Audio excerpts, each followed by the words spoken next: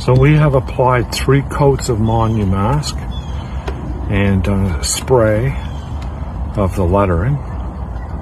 And Mark is just starting to peel off the rubber membrane. And this has been applied to a steeled or unpolished granite.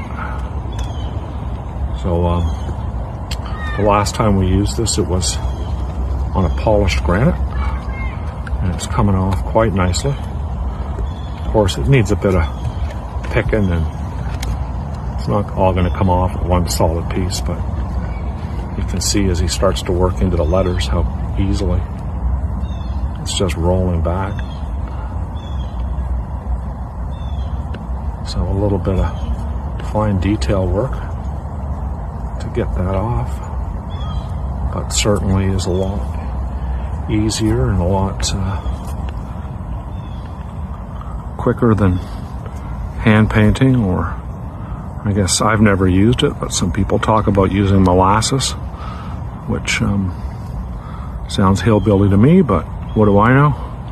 I'm not a daily in painter, so if it works and it works for people, that's good. That certainly is very easy. Seems to be working.